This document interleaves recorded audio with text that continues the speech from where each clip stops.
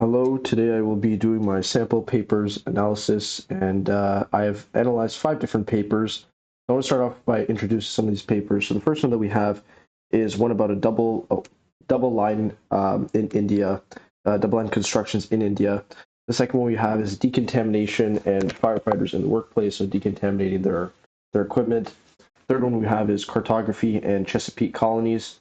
That was a bit more specific in their own field, but I still decided to incorporate it. Then we had psychological Tucsonan hikers. That was another one that was pretty specific as well. And then lastly, we had Pakistani perceptions of the Indo-Pak conflict from people within Switzerland. So I'll start off with the first question, which is guiding question number 1. How has engaging with various sample papers improved your understanding of the concept of research? So the way that this has improved my understanding of research, first of all, I'll start off with frameworks and theories that were shown within these papers. One example is the psychological Tucsonan hikers, and another one was the cuteness and conservation psychology, was the cuteness in conservation psychology that was specific to that very paper. And it applied some field-specific theories, which is pretty important. So I decided to incorporate some of that as well in my own paper, which is to include things that are specific to my own field, which in my case would be reading and employability, so something related to that. Second of all, we have methodology and some of the data that was involved. So the psychological Tucsonan hikers had a pretty strong methodology, and it did definitely ensure that it was quite credible, because if it didn't have a strong methodology, it wouldn't have been that credible. The data was also gathered from a randomized sample, which also enhanced some of the credibility, because if they had chosen who was picked for the research, it would have been skewed and biased. So the researcher, or I should say the studier, made sure to try to randomize that and to avoid any sort of bias. Lastly, we have the qualitative and mixed methods approach that was incorporated in the Indo-Pak paper. So that paper, they had qualitative data and quantitative data, which made for mixed methods data. And so what they did was pretty solid, and it was pretty similar to mine in the sense that they had a thematic analysis part. They also had a survey part, which I am not going to include. I was going to, but I chose not to. But they did definitely include some thematic analysis, which is similar to mine, which in my case, I will be applying the Braun and Clark 2006 model for the thematic analysis. But anyways, moving on to the second guiding question. In what ways have the collection of sample papers influenced your own research paper? So the sample papers influenced my research in quite a few ways. So the first one was gap focus. A lot of them were pretty focused on their specific gaps. And so, for example, the Tucsonan hikers one, I'm just going to go back to that one again. That one was very specific. It focused very much on one specific city, Tucson, Arizona, and the specific hikers there. So it focused on the gap. In my case, I'm focused on the GTA, and my gap would be reading and employability in the GTA. So that's my specific gap. And focusing on that is going to be quite crucial to having a very solid piece of research. Second thing I will talk about is thematic analysis for the qualitative data. So the Indo-Pak paper did a pretty good job of doing that. They had pretty good thematic analysis, and they applied a different model than I did, but it was still a good one. It helped streamline the different findings into categories. So you can have specific themes that you would then code and then try to present the findings in that sense. And they did that for the qualitative data, and they did something else for the quantitative data, which is not really applicable in my case, but still nonetheless was pretty solid. Lastly is the interview design. So the Indo-Pak paper, I'll just go back to that again because it is qualitative, or it included a qualitative aspect.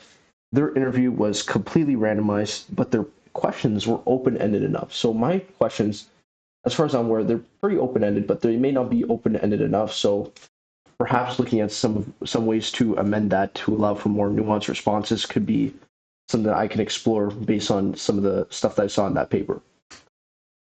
Third question is identify at least 2 instances where a sample paper, 2 different ones, have helped you navigate a challenge you're experiencing with this project. So one thing I will talk about really quickly is researcher bias. So the DBL India paper, there was some research bias, or at least the researcher acknowledged there could be some bias, I should say, because there was not any bias. So my paper has some potential bias that could be built in the sense that reading is something that I enjoy very much. Employability is something that I care about very much. And so I may be looking for a specific correlation. There may not be a correlation. So focusing on something like that, where it's like, okay, yeah, there may not actually be that much correlation between reading or consistent reading habits and employability. That could very well be the case. That's something that I can definitely keep in mind. and not letting my own bias get in the way. So definitely not picking people that are only readers and are only employed, and trying to manipulate with the variables. That's something I can keep in mind.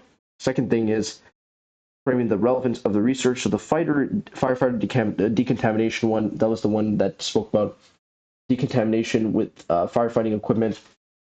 In that one, the research was quite relevant in the sense that it had a lot of real life implications, because they was actually talking about real life firefighters, and I think it was Erie, Michigan, or not Erie, Michigan. It was Erie, Pennsylvania, I believe.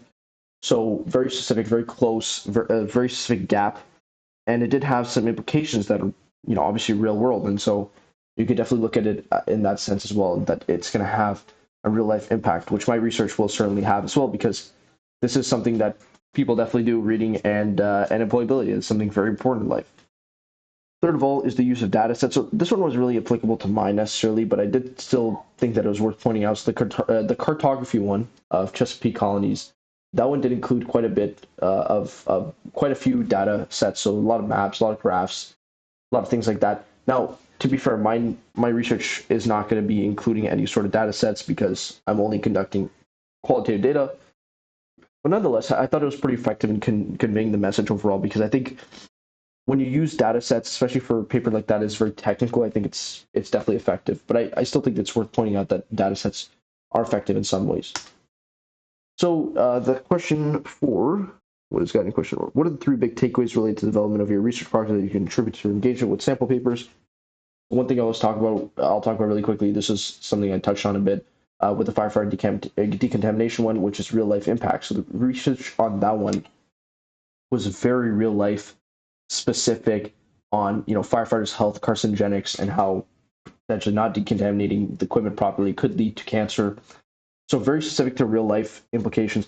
Had some true implications in the sense that they did actually look at real firefighters. In my case, I'm looking at real life things as well, because I'm focusing on reading, which is a real life phenom. And I don't want to make it seem like the other ones weren't really real life and didn't have implications, but I'm talking about more so in the sense that mine is more applicable, because those ones are sort of, I wouldn't say wishful thinking, but they're a lot more out there. Like, for example, the cartography one is not really real life implications, but anyways, nonetheless, I think the real world impact is a big thing that I took away from all the papers, at least in some aspect, but I think mainly from the firefighter one, as well as the Indo-Pak one, because that is real life. Those are real people that are talking about their perceptions of the conflict.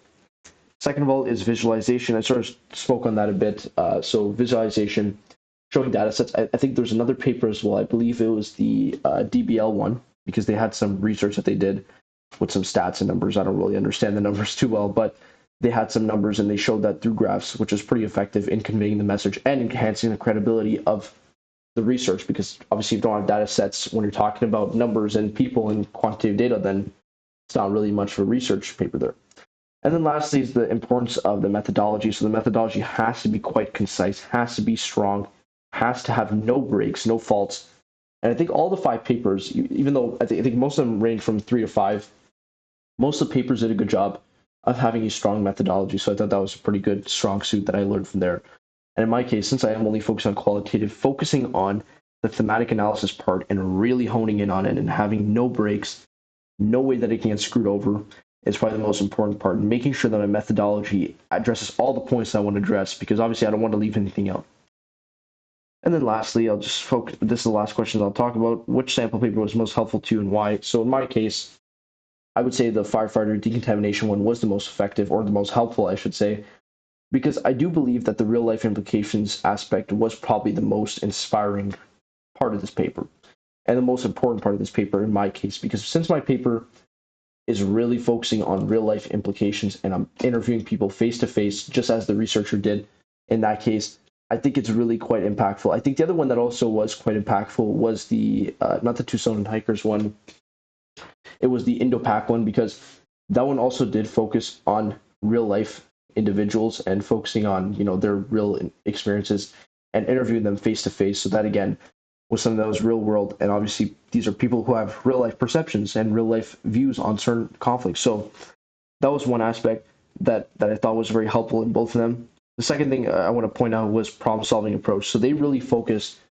in the decontamination one, they really focused on finding a problem, which in this case was firefighters or their fire departments not decontaminate their equipment well enough after fires or whatnot, or chemical explosions. That was the real life problem, and they addressed that problem first off, and then they offered some potential solutions, which was pretty impactful in the sense that my paper is not so much going to do that because there isn't really a problem with reading. However, I can also frame it in the sense that, oh, maybe there is a problem where reading levels are declining and perhaps employability is declining as well, or employability skills are getting more difficult to obtain. That could be something I can do in terms of framing it that way. Second thing, or that leads me to my third thing, I should say, which is the framework. The framework was quite concise and quite clear and straightforward in the sense that there's very limited room to sort of poke holes at it. It was very clear they had a good framework going. They had lit review methods, all that stuff, and it was very well structured and formatted. I thought that was pretty impactful as well. But I think that goes for all the papers as well. And this paper specifically, I think it scored a 4 or 5, so it did pretty well nonetheless. And then lastly is the broader implications or broader application potential. So in this case, what I'm referring to there is how can this be applied to different sectors. So for example, I'm only focusing on the GTA. So how can my findings and my research be applied to other sectors? So perhaps the Montreal area, the Vancouver area, and even the world.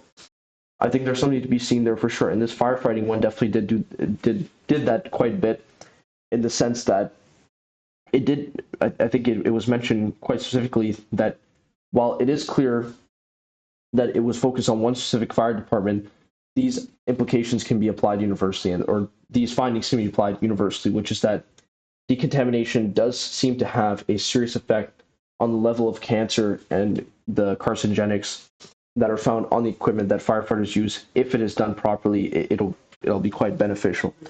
So in my case, it'll be just applying it and to try to frame it in the sense that perhaps my findings can be applied universally, because at the end of the day, Canada is a pretty developed country, so the education level, or I should say the access level in Toronto, is not that different from Montreal and Vancouver. So that's sort of how I'm going to go about that.